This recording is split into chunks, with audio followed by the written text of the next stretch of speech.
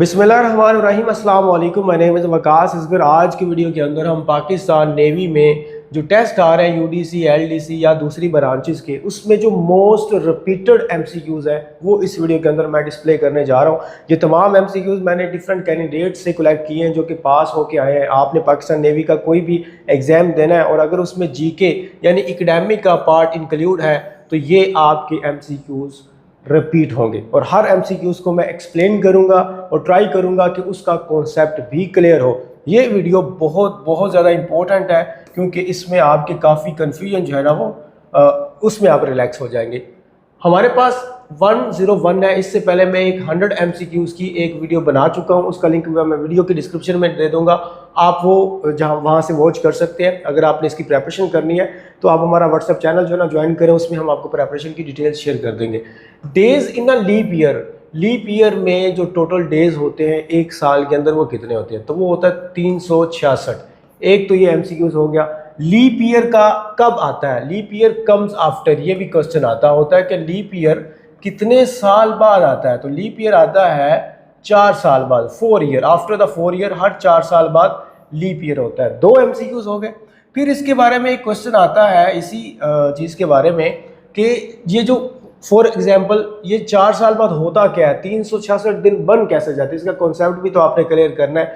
तो जो फेब होता है वो आपको सारों को पता है जी। फेब जो है बेसिकली वो 28 डेज का होता है, लेकिन लीप ईयर में ऐसा होता है कि जो फेब हो जाता है लीप ईयर में वो 29 डेज का हो जाता है। ठीक है, एक दिन जो है वो हम ऐड कर देते हैं फेब के अंदर और वो दिन हम 365 दिन का एक साल होता है, तो जब उसमें एक प्लस करते हैं तो वो एक 366 बन जाता है, जिसको हम लीप ईयर कहते हैं। लेकिन सवाल ये बनता है कि ये जो एक डे इसमें फेब में हम ऐड करते हैं या एक साल में करते हैं, ये आता कहाँ से है? तो बेसिकली आपका जो एक साल होता है वो 365.25 डेज का होता है। ठीक है, यानी कि 365.25।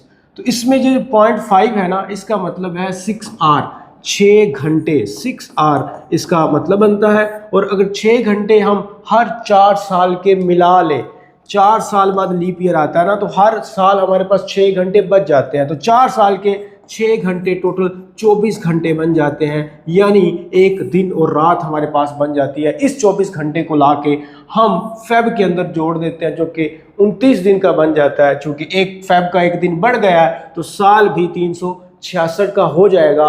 अब एक और सवाल आता है कि leap year, how we can guess what the year was leap year, कौन सा ईयर लीप ईयर था? तो कोई भी ऐसा ईयर मैं आपको बता देता हूं, कोई भी ऐसा साल जो कि डिविजिबल बाय 4 है, 4 पे तकसीम हो जाता है, वो लीप ईयर कहलाता है। 2022 को 4 पे तकसीम करें, क्या ये हो जाता है? नहीं। तो 2022 लीप ईयर नहीं है। 2024 क्या ये 4 पे तकसीम हो जाता है? हो जाता है। So that was leap year. अब नेक्स्ट कौन सा आएगा? 2028 जो होगा वो हमारा लीप ईयर होगा। ये मैंने आपका लीप ईयर का कॉन्सेप्ट जो है वो पूरा एक समझाने की कोशिश की है। और एक क्वेश्चन आता है कि a particular person celebrate his or her birthday after the 4 year, what is the date of birth of that particular person? एक ऐसा बंदा या बंदी जो 4 साल बाद अपनी बर्थडे सेलिब्रेट करता है, उसकी डेट ऑफ बर्थ क्या होगी? तो वो कहीं ना कहीं 29 फेब को जो बच्चा पैदा होता है उसकी बर्थडे हर 4 साल बाद आती है। अब नेक्स्ट क्वेश्चन कर लेते हैं जी। हमारे नेक्स्ट क्वेश्चन में हमारे पास आ जाता है फोटो इलेक्ट्रिक इफेक्ट। अच्छा, what is photo electric effect? ये भी आपको पता होना चाहिए। डिस्कवर किसने किया था? ये आप लोगों को सारों को पता होगा। डिस्कवर किया था जी अल्बर्ट आइंस्टाइन ने। ठीक है, ये आपका एमसीक्यूज का आंसर आ गया। अब अल्बर्ट आइंस्टाइन ने इसको डिस्कवर कर लिया और 1921 में नोबेल प्राइज मिलता है अल्बर्ट आइंस्टाइन को। किसकी वजह से? इस फोटो इलेक्ट्रिक इफेक्ट की वजह से। ये भी आपने ध्यान में रखना कि उसको नोबेल प्राइज कब मिला था। लेकिन मसला ये है कि एक क्वेश्चन और आता है, वो आता है कि थ्योरी ऑफ द रिलेटिविटी जो कि आइंस्टाइन ने दी थी, बड़ी मशहूर है, उसका फॉर्मूला आता है E = mc²। बड़ी दफ़ा पूछा गया, स्टूडेंट्स याद रख लें कि जो थ्योरी ऑफ रिलेटिविटी थी उसका फॉर्मूला क्या था। तो वो था E = mc²। ठीक है, मतलब अगर कोई भी, उसका मतलब ये था theory of relativity, an object if travels with the speed of light, तो वहां पर टाइम स्टक हो जाता है। कोई भी 1,86,000 मील फी सेकंड की रफ्तार से सफर करता है अगर, तो उसके लिए टाइम स्टॉप हो जाएगा। जैसे इंटरस्टेलर मूवी के अंदर भी दिखाया गया, स्टॉप से मुराद है कि बड़ा ही स्लो डाउन हो जाएगा।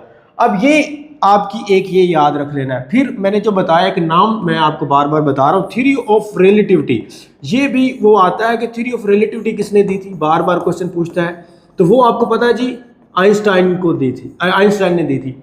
और रिलेटिविटी जो है ना, वो हमारे पास थ्योरी आ गई, लेकिन उसको जो नोबेल प्राइज मिला है वो किसकी वजह से मिला है, वो फोटो इलेक्ट्रिक इफेक्ट की वजह से मिला है। बट फेमस तो ये है, तो ये भी सवाल आता है कि आइंस्टाइन को फोटो इलेक्ट्रिक इफेक्ट की वजह से क्यों नोबेल प्राइज दिया गया जबकि थ्योरी ऑफ रिलेटिविटी की वजह से नहीं दिया गया। तो उसका सिंपल सा आंसर ये है कि जब उसने थ्योरी ऑफ रिलेटिविटी दी तो काफ़ी साइंटिस्ट और पब्लिक भी इसको एक्सेप्ट करने पर तैयार नहीं थी, ये काफ़ी कॉम्प्लिकेटेड थी और कोई इसको मजहब का ताना भी देते थे, तो जिसकी वजह से नोबेल प्राइज उस चीज़ में दिया जाता है जो 100% प्रूफ हो चुकी हो। तो ये प्रूव हो चुकी थी फोटो इलेक्ट्रिक इफेक्ट। कैसे प्रूव हुई जी, इसमें सिंपल सा उसने ये बताया, आपको आज की मिसाल दे देता हूँ। आप लोग कपड़े जो है ना वो सुखाते हैं, ठीक है, कपड़े आपने तार पे डाले और इस तरह से लाइट पड़ी उस पर। अब लाइट पड़ने से क्या होता है, कपड़ा क्यों सूख जाता है, क्योंकि जो लाइट की एनर्जी होती है वो ड्रॉपलेट्स जो वाटर के होते हैं वो उससे एनर्जी एब्जॉर्ब करते हैं और फिर क्या करते हैं, वो स्टीम में चेंज हो जाते हैं, वो एनर्जी लेकर वो कपड़े से निकल जाते हैं पीछे, फिर वो कपड़ा जो है सूख जाता है। सो बेसिकली जो कॉन्सेप्ट था वो फोटो इलेक्ट्रिक का ये था। समझ आ गया आप लोगों को। मैंने आपको थ्योरी ऑफ रिलेटिविटी बताई, आइंस्टाइन ने दी थी, फोटो इलेक्ट्रिक इफेक्ट आइंस्टाइन ने दिया था, नोबेल प्राइज इसको 1921 में जो है ना वो मिला था। तो ये हमारे पास थ्योरी ऑफ रिलेटिविटी की वजह से उसका दिमाग, जो आइंस्टाइन था उसका दिमाग चोरी कर लिया गया था, जिसको अनएथिकल भी कहते हैं। और फिर उसको पता नहीं कितने 324 आई थिंक पार्ट्स के अंदर डिवाइड किया गया और उसके ऊपर काफ़ी ज़्यादा साइंटिफिकली जो है ना एग्जामिन किया गया, बट वो जो भी रिजल्ट्स निकले तो वो एक्सेप्टेड नहीं थे, मतलब वो कोई सही उस पर जो है ना वो नहीं हो सकी जितनी भी तहकीक था। अब निकोलस कोपरनिकस जो है ना उसने क्या डिस्कवर किया था, इसने सोलर सिस्टम डिस्कवर किया था। सोलर सिस्टम, ये जो आजकल आप पढ़ते हो, इसको एक और नाम देते हैं कि निकोलस कोपरनिकस ने जो सोलर सिस्टम डिस्कवर किया था उसका नाम क्या है, उसका नाम है आई थिंक सो हीलियोसेंट्रिक, ठीक है, हीलियोसेंट्रिक मॉडल इसको कहते हैं। ये भी आपने याद रखना है, अपने अपने जो है ना वो नोट्स बना लें। लेकिन बिफोर द कोपरनिकस, इसके सोलर सिस्टम से पहले क्या था यहाँ पर, तो यहाँ पर आई थिंक उसको कहते हैं जियोसेंट्रिक, ठीक है, तो जियोसेंट्रिक मॉडल था। अब इसका क्या मतलब है जी, इसका मतलब ये है कि जो कोपरनिकस से पहले, इसने तकरीबन 1500 के अंदर कहीं ये दिया था, और कोपरनिकस से पहले जियोसेंट्रिक था। इससे पहले ये माना जाता था कि जो ज़मीन है वो सेंटर पॉइंट है और बाकी सारे सियारे इंक्लूडिंग जो है हमारे पास सूरज, वो उसके इर्द गिर्द घूमता है। और मुसलमानों ने फिर उसके ऊपर कोई थोड़ा सा माशाल्लाह और मज़हब का चादर चढ़ा दी। उसने कहा कि इंसान अशरफुल मखलूक़ात है, तो इंसान के, क्योंकि वो इस धरती पे रहता है, इस पृथ्वी पे रहता है, तो इसलिए उसके इर्द गिर्द कायनात घूमती है। ये उसने, मुसलमानों ने फिर काम डाल दिया जियोसेंट्रिक। बट ये कोपरनिकस आता है और ये कहता है कि नहीं, सूरज जो है ना, सूरज वो सेंट्रिक है, बाकी सारे उसके इर्द गिर्द रिवॉल्व करते हैं और सूरज अपने एक्सिस के इर्द गिर्द भी रिवॉल्व करता है, बाकी सारे भी, ठीक है। उसके बाद इसको रिफाइन किया गया, डिफरेंट जो है मॉडल्स बनाए गए, बट बेसिक कॉन्सेप्ट जो था वो हेलोसेंट्रिक मॉडल अभी चल रहा है और सोलर सिस्टम। और जियोसेंट्रिक मॉडल को रिजेक्ट करने वाला यही था। इससे पहले जिसने रिजेक्ट किया उसको फांसी दे दी गई। उसने कहा तुम क्या कहते हो कि इंसान अशरफुल मखलूकात नहीं, उसके इर्द गिर्द सारी कायनात घूमती है और तुम तो मुर्तद हो। तो दैट्स वाई फिर ये एक साइंटिफिक हमारे पास जो है ना एक डिबेट आ जाती है। नेक्स्ट वन, ये सोलर सिस्टम मैंने बता दिया।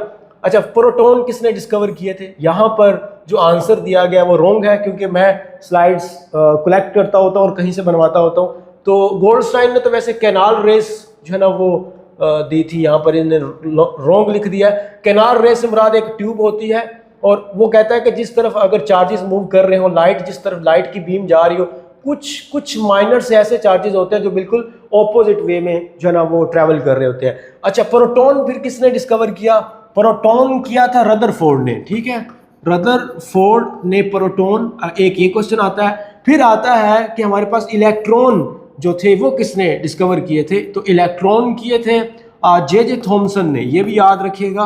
जे थॉमसन, इसने क्या किया था, इसने हमारे पास प्रोटॉन जो है ना इलेक्ट्रॉन डिस्कवर किए थे। फिर क्वेश्चन आता है जी न्यूट्रॉन किसने डिस्कवर किए थे, तो न्यूट्रॉन जेम्स चैडविक ने जो है ना वो डिस्कवर किए थे। ये भाई बड़े इंपॉर्टेंट क्वेश्चन है, सारे स्टूडेंट्स जो है ना वो, अब स्पेल का थोड़ा बहुत मिस्टेक हो जाए तो माफ़ कीजिएगा, मुझे स्पेल फोबिया है, मतलब ये गलत हो जाते हैं। अच्छा ये वाला Rutherford proton, electron J Thomson, और जो न्यूट्रॉन थे वो जेम्स चैडविक ने दिए थे। ये हमारे पास हो गया। और उसके बाद आ जाता है नेक्स्ट वाला, who got first Nobel prize in Pakistan, वो डॉक्टर अब्दुल सलाम थे। और कब मिला ये भी डेट पूछी जाती है, इन 1979 के अंदर। और क्यों मिला, फिजिक्स, तो फिजिक्स इन्होंने दो साइंटिस्ट के साथ मिलकर एक थ्योरी पे काम किया था और वो काफ़ी ज़्यादा हेल्प हुई। और फिर दूसरा क्वेश्चन आता है कि आफ्टर दैट मलाला यूसुफजई जो है उनको कब जो है ना वो नोबेल प्राइज़ मिला, मतलब सेकंड वाली जो हमारे पास है वो मलाला यूसुफजई हैं, ठीक है। और उनको मिलता है 2014 में, और किसकी वजह से मिलता है, पीस की वजह से, बिकॉज उसने एक बुक लिखी थी, ठीक है, एजुकेशन पर्पस के लिए। तो पीस जो एजुकेशन या पीस या वैसे आता है आंसर, तो ये हमारे पास इसका पीस आंसर है, 2014 है, तो मलाला यूसुफजई। तो दो पाकिस्तान के नोबेल प्राइज विनर्स हैं। उसके बाद हमारे पास नेक्स्ट क्वेश्चन आ जाता है, नेक्स्ट है कि the sum of angles of a triangle equal to, देखिए मैथ का बेसिक जो ज्योमेट्री है उसका क्वेश्चन है। चले जी हम इसको करते हैं, और आप भी गैस कर सकते हैं जी इसका क्या आंसर हो सकता है। यहाँ पर उसका आंसर है 180। मैं आपको समझा देता हूँ, तीन क्वेश्चन हम करते हैं यहाँ पर। एक ट्राइंगल है ये वाली, ठीक है, आप लोगों को सारों को पता होगा। इसका जो एंगल है वो कितने का बनता है, इसका एंगल बनता है जी 60 का। 60 का ये हो गया, 60 का ये हो गया, और 60 का ये हो गया। तीनों 60 को जो है ना वो आप 3 × 6 जो है ना वो 18 और एक 0 लगा दें तो 180 डिग्री तो इनका बन गया। उसके बाद हम करते हैं जी स्क्वायर जो होता है वो उसका क्या बनता है, स्क्वायर का भी पूछ सकता है ना, ट्रायंगल का उसने पूछ लिया तो स्क्वायर आपको पता है जिसकी चारों साइड इक्वल हो, ठीक है, तो उसका बनता है हमारे पास 90-90, ठीक है, चारों 90-90 होंगे। ये भी 90 है, ये भी 90 है और ये भी 90 है। तो आप कर लें जी, 9 को मल्टीप्लाई करें 4 से तो ये 36 और 0 लगा दें, 360 का एंगल बनता है, ठीक है, इन तीनों को मिला के। फिर वो आपसे रेक्टेंगुलर का भी पूछ सकता है, बिल्कुल पूछ सकता है जी, क्यों नहीं पूछ सकता।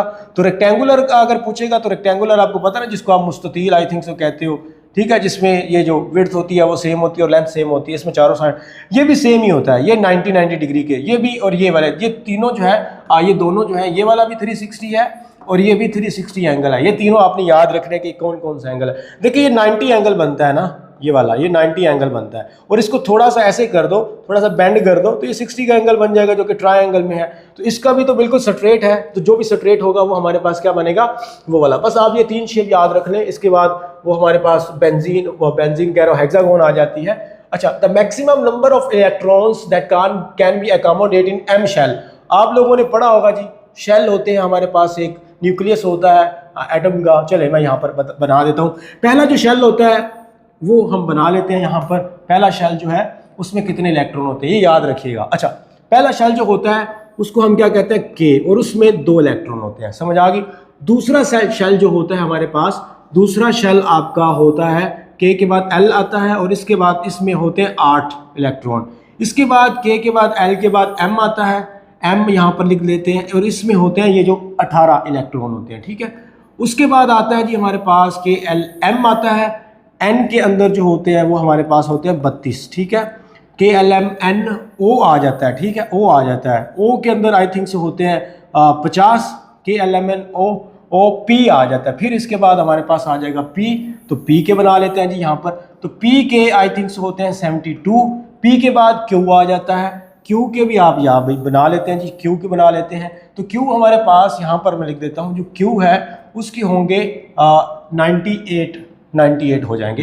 तो क्यू, तो अभी तक तो क्यू के शेल तक जो है ना वो जा चुके हैं हम। सिर्फ 7 शेल टोटल दरियाफ्त हुए हैं, डिस्कवर हुए हैं। आगे फिर इन फ्यूचर या एडवांस में कुछ भी हो सकता है, बट ये एक पूरा एक मॉडल था जो मैंने आपके सामने दिया, इसको याद रख लें, ठीक है। जो भी स्क्रीनशॉट लेने आप ले लें, तो ये आपका कोई भी क्वेश्चन पूछा जा सकता है। उसके बाद हम चलते हैं next unit of the force. अब हम जल्दी जल्दी करते हैं। अच्छा, मैं 50 MCQs यहाँ पर आपको करवाऊंगा, बट उनकी नंबरिंग थोड़ी बहुत जो है ना वो चेंज है।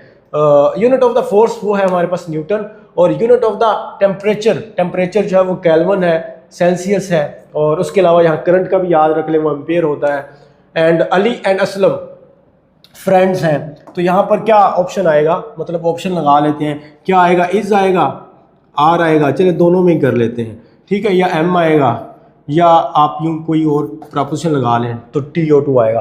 तो असलम एंड ये 2 पर्सन है, ठीक है, तो प्लूरल है, दोनों नाउन, 2 नाउन हो गए तो आर आएगा, ठीक है। Aslam, Ali and Aslam are friends, R का वैसे ए स्मॉल आएगा तो आर फ्रेंड्स हमारे पास जो है ना यहाँ पर आंसर आएगा। उसके बाद नेक्स्ट क्वेश्चन है कि how many days in a week, एक हफ्ते में कितने दिन होते हैं? 7, ये आप लोगों को पता मैटर का आया हुआ था। इफ़ 1800 o'clock इज 6, तो 6 o'clock देन 1400 o'clock इज 2। अब लोगों को पता होगा जी क्लॉक बेसिकली जो असल क्लॉक होता है वो यही होता है, ठीक है, ये वाला क्लॉक होता है। यहाँ पर 12 है, यहाँ पर 13 है, यहाँ पर 14 है, यहाँ पर 15 है, यहाँ पर 16 है, और यहाँ पर इस तरह 17, पता नहीं 18, मतलब ये 1 हो गया, ये 2 हो गया, बल्कि ये 2 इधर आना था। तो ये 12 से आगे जो है ना मैं इसको सही लिख देता हूँ, सही इस तरह फिर अच्छा नहीं रहेगा। यहाँ हो गया हमारे पास, ठीक है, ये 1 हो गया, बल्कि यहाँ से 1 कर लेते हैं, 2 हो गया, 3 हो गया, 4 हो गया, 5 हो गया, 6 हो गया, 7 हो गया, 8 हो गया, 9 हो गया, 10 हो गया, 11 हो गया और 12 फिर हो गया, ठीक है। अब हम इसको इस तरह जो है ना वो अगर सही वाला क्लॉक देखें तो वो इस तरह बनता है हमारे पास। अगर ये 12 पे है तो ये हो जाएगा 13, ये हो जाएगा 14, ये 15, और ये 16, ये 17, ये 18, ये 19, और ये 20, और ये 21, और ये 22, और ये 23, ठीक है।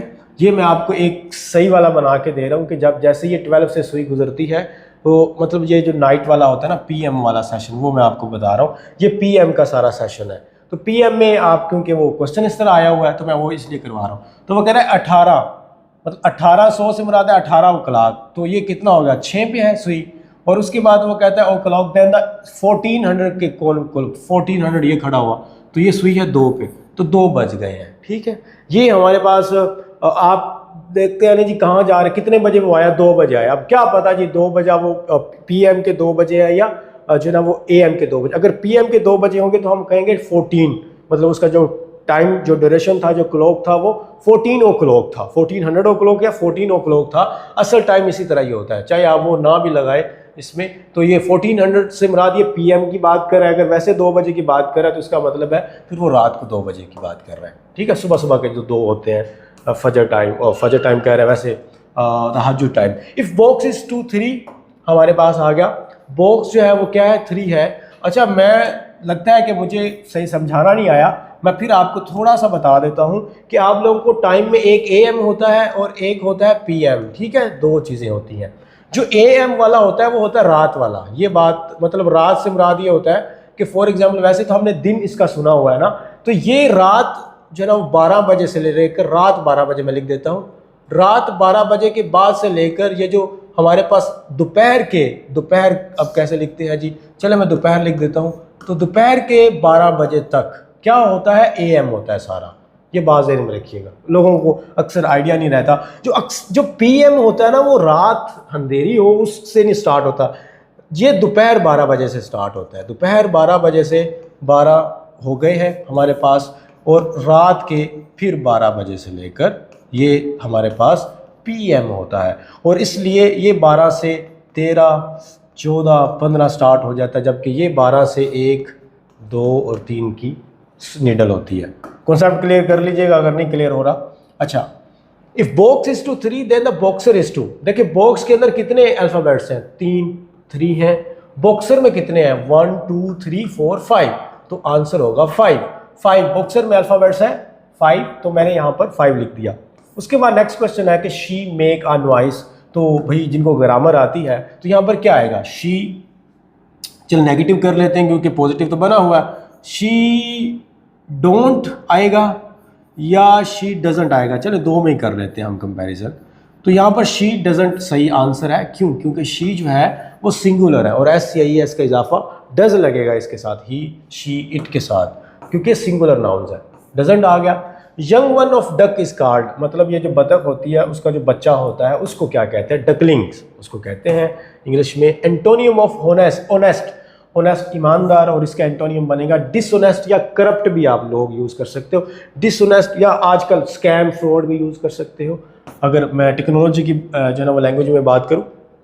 अ grandfather is always than his daughter, यहाँ पर उसने जो लिखा हुआ है ना एक्सपीरियंस्ड है, हो सकता है कि कुछ ऐसे ऑप्शन वहाँ पर आए हों कि उससे एक्सपीरियंस भी बिल्कुल ठीक है। बट अक्सर जो आता है वो एक क्वेश्चन आता है कि a grandfather is always elder, मतलब वो हमेशा आपसे बड़ा होता है देन हिज डॉटर, अपनी जो डॉटर है उससे ज़्यादा वो बड़ा होता है एज में। एल्डर कहते हैं ब्लड रिलेशन के, ब्लड रिलेशन में अगर आप बड़े हैं किसी से तो उसके लिए आप वर्ड यूज़ करते हो एल्डर का। मतलब अगर आपका ब्रदर आपसे बड़ा है एज में तो आप उसको कहोगे माय एल्डर ब्रदर, आप उसको ओल्डर ब्रदर नहीं कहोगे। ओल्डर का मतलब भी एज में ज़्यादा होना है।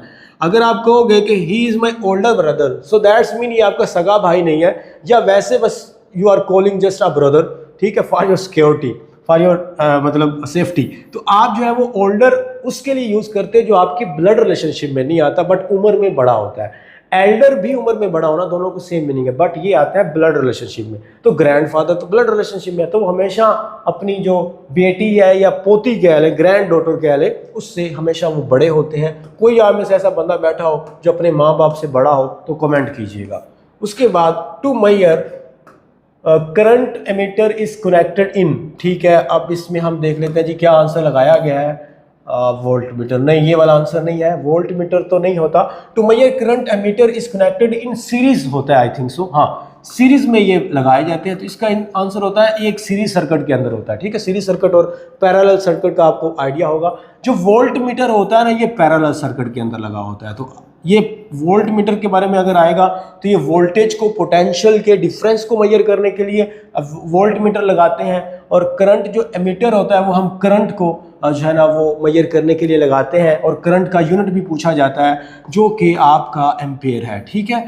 ये आप बातें सारी मेरी याद रखिएगा, हर दफ़ा एक क्वेश्चन नहीं आता। इसका आंसर सीरीज है। वोल्ट मीटर कहीं आ गया कि अगर वोल्ट मीटर उसने सर्किट में लगाया गया है तो वो पैरेलल में लगेगा, करंट का यूनिट एम्पेयर होगा। ये बातें आपने याद रखनी है। और उसके अलावा ये सीरीज और आपको पैरेलल का पता होगा। सीरीज में ये होता है कि फॉर एग्जांपल ये एक हमारे पास लगा हुआ, ये एक वायर जा रही है यहाँ पर, फिर कुछ ना कुछ हमने सर्किट लगाया हुआ है, फिर ये इसमें ये होता है कि अगर सीरीज के अंदर कोई चीज़ लगी हुई है तो फिर एक दफ़ा अगर करंट यहाँ से डिस्कनेक्ट हो गया तो सारे अप्लायंसेस बंद हो जाएंगे। पैरेलल में ये होता है कि यहाँ से सर्किट आ रहा है, इधर भी लगा हुआ है सर्किट, इस इधर भी लगा हुआ सर्किट, और ये इस तरह कंप्लीट हो रहा है। तो क्या पता ये सर्किट ख़राब हो गया, ये भी चलता रहेगा, ये भी चलता रहेगा, ठीक है। तो हमारे जो हाउसेस के अप्लायंसेस होते हैं वो पैरेलल फॉर्म में लगे हुए हैं। तो सीरीज फॉर्म के अंदर ये होता है, सीरीज फॉर्म में फिर हर चीज़ डिस्कनेक्ट हो जाती है। The relationship between electric current and magnetism was introduced by, तो ये हमारे पास ऑस्ट्रिड्स है। उसके बाद the density depends upon of a body, तो डेंसिटी होती है मैस पे डिपेंड करती है। आप लोगों को डेंसिटी का फॉर्मूला लाजमी आना चाहिए। तो डेंसिटी का फॉर्मूला क्या होता है, D is equal to M/V। मतलब अगर हम बात करें inversely proportional to the volume and directly proportional to the mess.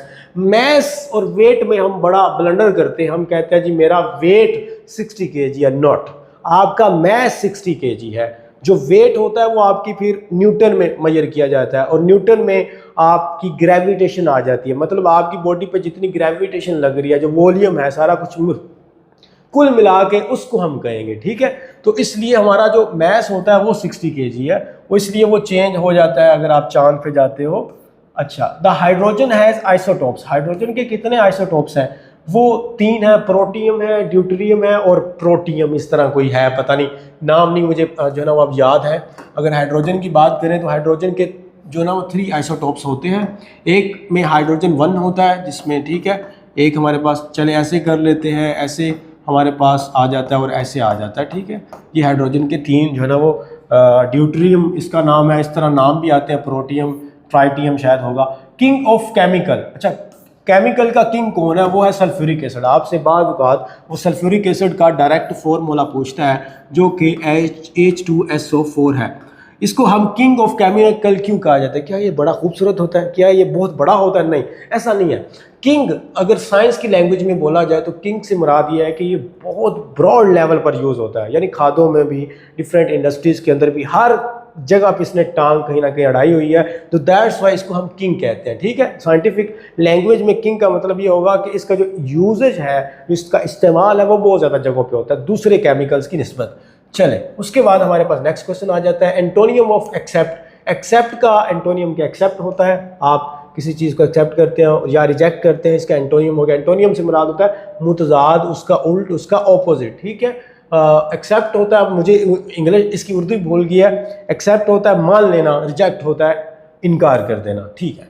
P type material contain, अच्छा पी टाइप वगैरह जिन स्टूडेंट्स को नहीं पता, पी टाइप और एन टाइप दो चीज़ें होती है, एक पी टाइप होती है एक एन टाइप होती है, दोनों में क्या डिफरेंस है जी।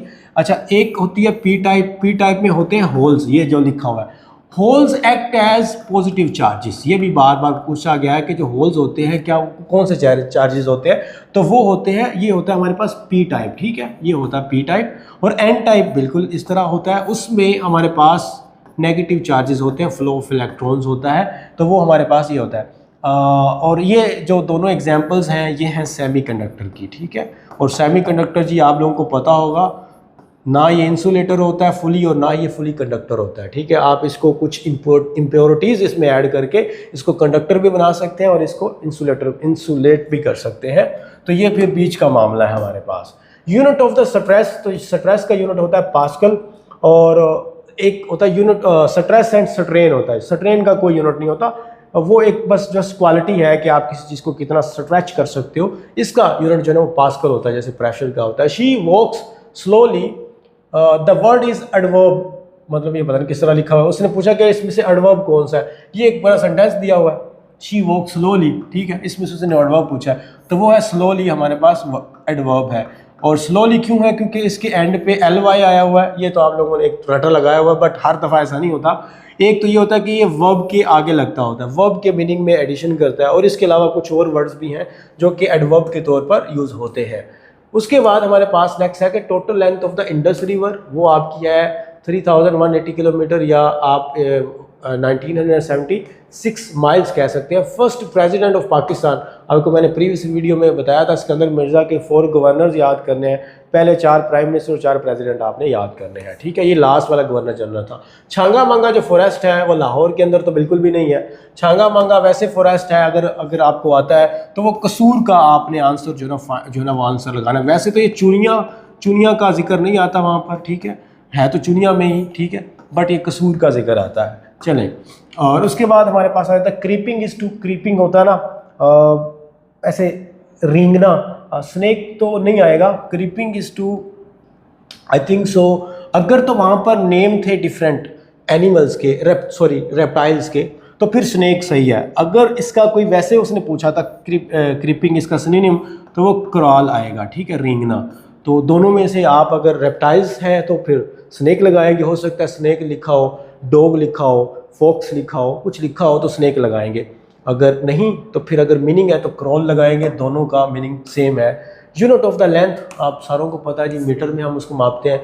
वेबर जो है वो किसका यूनिट है, मैग्नेटिक फ्लक्स का है। और ये हमारे पास एक इक्वेशन है मैथमेटिक्स की, बेसिकली इक्वेशन किस तरह है, ये है जी x⁻² + x-2 इस तरह है और 0 है। चले जी अब हम इसको इक्वेशन बनाते हैं। x⁻² वैसे ही रहेगा क्योंकि -2 है और यहाँ पर x है, तो मैं क्या करूँगा, यहाँ पर -2x लगाऊंगा और यहाँ पर x लिख दूंगा और -2 और ये 0 आ जाएगा। अब इसको आप इसमें से कोई एक कॉमन ले लें। कॉमन क्या लेंगे जी, यहाँ पर इसको मैं थोड़ा सा इस तरह चेंज कर देता हूँ। अगर मैं इसको x पावर ऐसे कर देता हूँ +x कर देता हूँ, फिर ये 2x वैसे रहेगा और 2, और मैं थोड़ा सा इसको चेंज कर देता हूँ। तो इसमें से मैं x कॉमन ले लेता हूँ तो x बच गया और यहाँ पर 1 बच गया। इसी तरह मैं यहाँ पर 2 जो है ना वो कॉमन ले लेता हूँ, x आ गया और प्लस आ गया तो यहाँ 1 बच गया। तो ये देखिए ये कॉमन आ गया और इसमें से हम x-2 ले लेंगे, एक कॉमन उठा लेंगे और एक कॉमन हमारे पास x+1 आ जाएगा और ये 0 इस तरह ही रहेगा। इसी तरह अगर हम देखें तो x-2 = 0 है और एक इक्वेशन है x+1 = 0 है। तो अब एक x = 2 हो जाएगा और एक x ये जो है ये -1 आ जाएगा। तो जी दोनों हमारे पास इस तरह आंसर आ गए। कोई भी वो पूछ सकता है कैसे x = 2 है या x = -1 है, तो दोनों में कोई एक ऑप्शन होगा। मैं ऑप्शन भी आपको लिख देता हूँ, जैसे a है, a वो पूछ सकता है जी 2, b वो पूछ सकता है कि -2, c वो पूछ सकता है कि 1 और d वो पूछ सकता है नन। ठीक है, तो जी अब इसमें से देख लें कौन सा आंसर बनता है, तो ये वाला बनेगा। ठीक है, -1 होता तो फिर आंसर ये भी बन सकता था, बट -1 मैंने नहीं लगाया। तो इस तरह आपसे ऑप्शन में जो है ना वो पूछे जा सकते हैं। उसके बाद नेक्स्ट क्वेश्चन हमारे पास चले जी, ये वाला है। इसमें तो सिंपल सा है, आप लोगों को पता है, कॉमन लेते हैं। कॉमन आप लोगों को सारों को लेना आता होगा, ठीक है, और लेकिन फिर भी चले मैं आपको कर देता हूँ। अब इसमें बेसिकली ये है एग्जांपल है 13/5 माइनस 4/5, दोनों में से 5 कॉमन आ गया और 13 माइनस 4 आ गया, तो ये 9/5 बन जाएगा। ये आंसर है हमारे पास 9/5, 9 जनाब 5, ठीक है। अब इसमें मुझे लगता है स्टेप्स किए हुए हैं, 9/5 आंसर आ गया। Who was the captain of Pakistan cricket team world cup in 1992, तो वो इमरान खान थे, ठीक है। उसके बाद जी who won the 2018 world cup, वो हमारे पास फ्रांस फुटबॉल का कायदे आज़म 14 जो पॉइंट्स थे वो कौन से साल में हुए, वो 1929 है, और इस किसके मुकाबले में हुए, नेहरू रिपोर्ट, ठीक है। ये भी वो पूछता है, आपने इसको भी याद रखना है। नेहरू रिपोर्ट कब उसने पब्लिश की, तो वो 1928 के अंदर हुई थी। उसके मुकाबले में कायदे आज़म मोहम्मद अली जिन्ना ने के 14 अपने पॉइंट्स भी वहाँ पर डिस्प्ले किए जो कि 1929 में थे। नेवी इज़ टू आर्मी, अच्छा नेवी और आर्मी का कम्बिनेशन है। सेलर जो एक होती है जो वो नेवी की होती है, ठीक है, नेवी की हम बात कर रहे हैं सेलर, और आर्मी की इसी के अकॉर्डिंग सोल्जर होती है, यानी कि सेलर भी उनका एक सोल्जर होता है, आर्मी का जैसे एक सोल्जर होता है। ये भी मैट्रिक बेस होती है और ये भी मैट्रिक बेस होती है। How many condition are in the namaz, नमाज के अंदर कितनी कंडीशन है, यहाँ 9 लिखी हुई हैं, 9 तो नहीं है, आई थिंक सो कंडीशन 6 हैं, ठीक है, कंडीशन 6 है, जिसके अंदर आप लोग मुझे जो है ना वो देख सकते हैं। सबसे पहले तो हो जाता है आई थिंक सो कोई पाकीज़गी जो होती है, जगह वगैरह का पाक होना, और उसके अलावा हमारे पास हो जाता है फिर वज़ू हो जाता है, और उसके बाद ही हमारे पास वो जो कपड़ों का साफ़ होना, सतर जिसको ढांपना वगैरह कहते हैं, ठीक है, और टखनों वगैरह और ये वो सारी चीज़ें हो जाती है। उसके बाद यहाँ पर कोई नीयत का भी वर्ड आता है, ठीक है, 1 2 3 4, कोई 2 और है तो मुझे तरतीब याद नहीं है, और ये आप जो है वो करेक्ट कर लीजिएगा। नीयत है, सतर है, वज़ू है, पाकीज़गी है, पाकीज़गी में मुझे लगता है कुछ और आ जाते हैं बीच में। उसके बाद हमारे पास व्हाट कम्स नेक्स्ट, तो कौन सी सीरीज़ है जी, 2 है, 6 है, 12 है, 36 है और 72 है। इसमें हम किस तरह करते हैं कि 2 को हमने मल्टीप्लाई किया तो 6 से 2 को हमने 3 से मल्टीप्लाई किया तो 6 को हमने 2 से मल्टीप्लाई किया 12, तो उसके बाद 6 को हमने यहाँ मैं लिख देता हूँ 12 से मल्टीप्लाई किया तो 36 को मैंने 2 से मल्टीप्लाई किया तो 72। अब 72 को मैं 3 से मल्टीप्लाई करूँगा, क्यों, क्योंकि मैंने एक दफ़ा 3 पे और फिर 2 से मल्टीप्लाई कर रहा हूँ। अब मैंने 2 से मल्टीप्लाई कर दिया और अब मैं 3 से मल्टीप्लाई करूँगा, ऐसे ही है ना, जी बिल्कुल। तो 72 को आप 3 से मल्टीप्लाई करें तो कितना बन जाता है हमारे पास आंसर, 216 हो जाता है। उसके बाद बिगेस्ट बिल्डिंग ऑफ पाकिस्तान, तो वो हमारे पास, अगर आप लोगों को मल्टीप्लिकेशन करनी नहीं आती और आप समझ रहे हैं कि नहीं आएगी, तो फिर भी मैं आपको बता देता हूँ। 72 मल्टीप्लाई बाय 3, तो 3 2 6 हो गया और 7 3 21 हो गया, 216, ठीक है। उसके बाद हमारे पास आ जाता है जी बिगेस्ट बिल्डिंग ऑफ पाकिस्तान, तो वो है बहरिया आइकन टावर, और ये है कराची के अंदर, ठीक है, इसको आप याद रखिएगा। करेंसी ऑफ श्रीलंका, तो वो है हमारे पास rupees. Height of Mangla dam जिसको कहते हैं 482 फीट है। What is the opposite of pensive, pensive का मतलब होता है, वो कहते हैं ना सोची प्याते बंदा गया, मतलब बहुत गहरी सोच में किसी चीज़ में जानवर है ना, ठीक है। सैड मोमेंट में भी आ जाता है। अनरिफ्लेक्टिव वो कहता है कि चिल माहौल वाला, ठीक है, कोई रिफ्लेक्शन होता है ना, थिंकिंग। अनरिफ्लेक्टिव जो इतना ज़्यादा नहीं सोचता, बोदर नहीं करता चीज़ों के बारे में। व्हाट इज़ 5% ऑफ 5000, वो हम इस तरह करते होते हैं, एक रूल है कि जिसमें हमने 20 फाइंड करने होते हैं और 20 जो है ना हमने डिलीट कर देने होते हैं, कट कर। इसमें 20 कट हो गए, पीछे बचा 5 और 5 50, तो 5 को 50 से मल्टीप्लाई करें, 5 5 25, तो 0 साथ में आ गया, 250 आ जाएगा इसका आंसर। और ये रूल्स हम करवाते होते हैं अपनी क्लासेस के अंदर। Bird is to fly as creeping is to, नहीं स्नेल नहीं है इसका आंसर, ये बिल्कुल स्नेल तो चले ठीक है, क्रीप करता है, बट हम बर्ड और फ्लाई, बर्ड का एक्शन फ्लाई या क्रीपिंग जो है वो क्रॉल ही आएगा, जो हमने पहले बात की। उसका मतलब ही रेंगना है, जैसे सांप चलता नहीं है वो रेंगता है, और इसी तरह ये हमारे पास एक्शन है। जैसे बर्ड फ्लाई करते हैं, एनिमल्स वो करते हैं हमारे पास वॉकिंग कर लें, या उसका कुछ और होता है स्टेप, और क्रॉल होता है हमारे पास क्रीपिंग, यानी कि रेंगना किसी चीज़ का। What is capital of Libya, तो ट्राईपोली है इसका answer. World war 2 and date, तो वर्ल्ड वार 2 1945 में एंड हुई। हमारे पास जो फर्स्ट वर्ल्ड वार थी वो 1914 1914 से लेकर 1918 तक चली, और उसके बाद जो सेकेंड वर्ल्ड वॉर थी वो इन 1939 से स्टार्ट हुई और इन 1945 तक चलती है। ठीक है, ये होती है 4 साल और ये 6 साल तक जो है ना वो जंग जारी रहती है जब हिटलर नमूदार होता है। तरावी नमाज वाजिब है, सुन्ना है, फ़र्ज़ है तो सुन्ना है। और उसके बाद जी ये हमारे पास 149 है, ये आप खुद करेंगे, बल्कि इसमें पता नहीं यहाँ उन्होंने आंसर दिया हुआ है, इसमें आपने इसको मल्टीप्लाई करना है 1.5 को 1.8 से। उसके बाद जी बाकी ये क्वेश्चन मैं आप लोगों को बाद में करवा दूंगा। चलो ये वाला कर लेते हैं। If yesterday was Friday then the day after tomorrow. ठीक है, यस्टरडे आपको पता ना गुजरा हुआ कल है। ठीक है, यहाँ पर मैं लिख देता हूँ जी, यस्टरडे पे अगर फॉर एग्जांपल फ्राइडे है, सैटरडे है, फिर संडे है, फिर मंडे है, तो यस्टरडे क्या था, फ्राइडे था, टुडे क्या आएगा, सैटरडे आएगा, टुमारो क्या आएगा, संडे आएगा। लेकिन हमारे पास आफ्टर टुमारो उसने कहा हुआ है, तो संडे से भी अगला जो है वो मंडे होगा, तो आंसर होगा हमारे पास मंडे। ठीक है, क्योंकि आफ्टर का वर्ड ये है कि जो उसने कुछ दिन पूछा उससे भी नेक्स्ट डे। तो स्टूडेंट्स, ये कुछ पाकिस्तान नेवी के बड़े इंपॉर्टेंट एमसीक्यूज थे जिसमें हमने सारे एकेडमिक है जो मिक्सचर था एक वो डिस्प्ले किया है। आई होप आप लोगों को समझ आई होगी। कोई ऐसा गलत मैंने यहाँ पर बता दिया हो तो आप कमेंट बॉक्स में उसको करेक्ट कर सकते हैं बिफोर द क्रिटिसाइज। ठीक है, आप क्रिटिसाइज नहीं करें और गलतियाँ हो जाती हैं। अल्लाह आप सबको खुश रखे। Thank you very much. अल्लाह हाफिज़।